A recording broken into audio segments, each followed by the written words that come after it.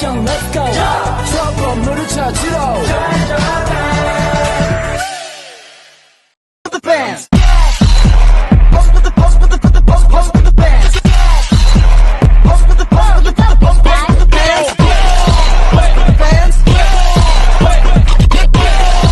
A few moments later.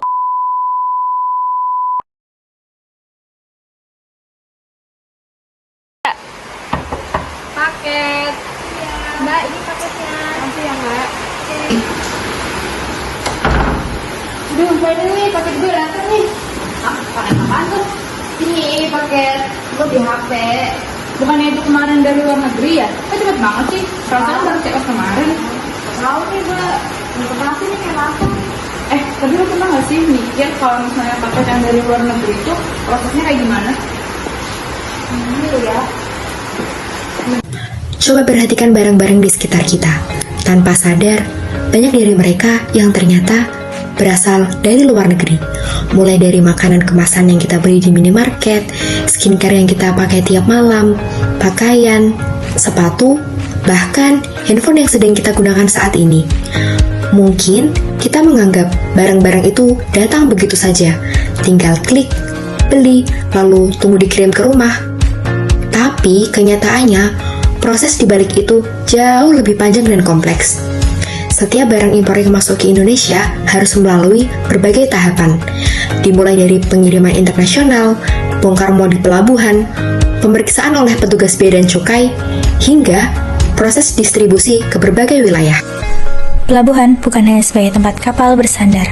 Pelabuhan adalah gerbang utama keluar masuknya barang-barang dari dalam dan luar negeri. Dan di sanalah peran kepabeanan menjadi sangat penting untuk mengatur, mengawasi, serta memastikan setiap barang-barang yang masuk secara sah dan sesuai dengan aturan. Tanpa sistem kepelabuhan dan kepabeanan yang tertib, arus perdagangan internasional bisa terganggu, bahkan bisa membahayakan stabilitas perekonomian suatu negara. Nah, di video kali ini kita akan bahas materi mengenai kepelabuhan dan kepabeanan. Kita akan mengenal lebih dalam mengenai bagaimana sistem kepelabuhan itu bekerja, serta bagaimana fungsinya dalam dunia perpajakan dan kepabeanan.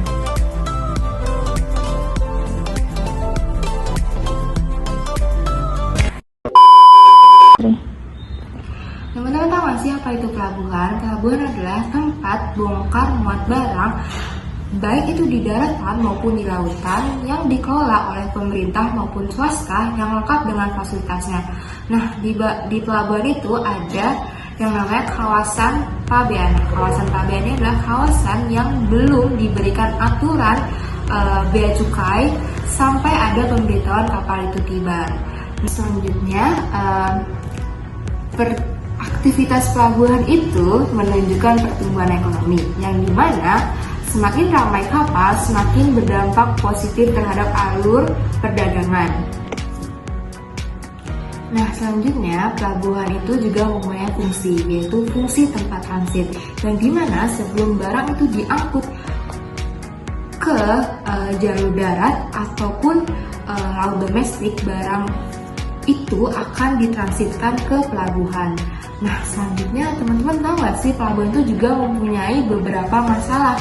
Yang pertama itu adalah tekanan politik yang bikin ribet. Yang kedua adalah birokrasi yang sedikit menjelimet dan kaku. Yang ketiga adalah biaya operasional yang tinggi karena sistem transportasi yang belum efisien. Oh gitu, setelah aku nonton tentang materi kepabeanan, yaitu pembongkaran, menurut Undang-Undang 10A Pasal 1, pembongkaran itu yaitu aktivitas yang dilakukan di kawasan kepabeanan saat barang impor itu. Nah, barang impornya ini bisa dari luar kepabeanan maupun dari dalam daerah kepabeanan.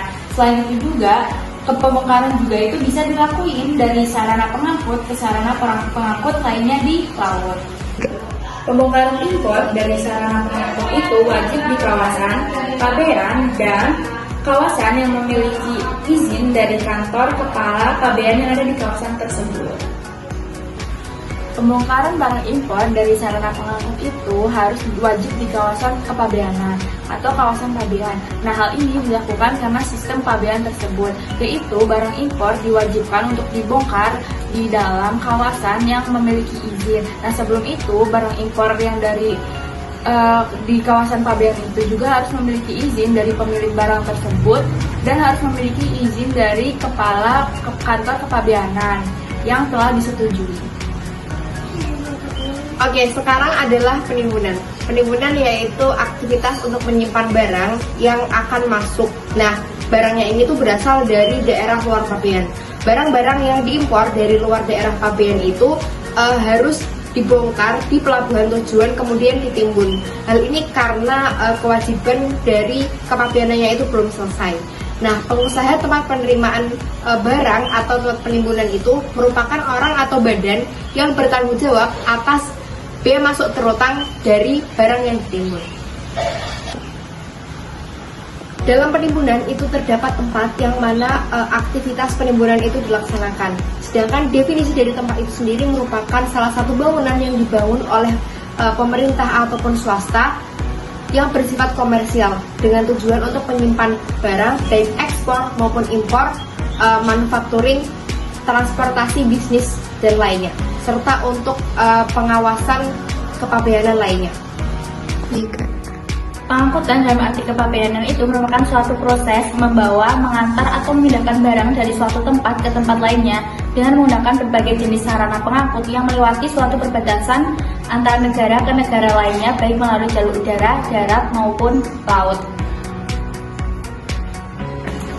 Tugas pabean terkait dengan pengangkutan barang yaitu mengawasi cara, mekanisme, dan prosedur dari pemindahan barang di suatu kawasan pabean.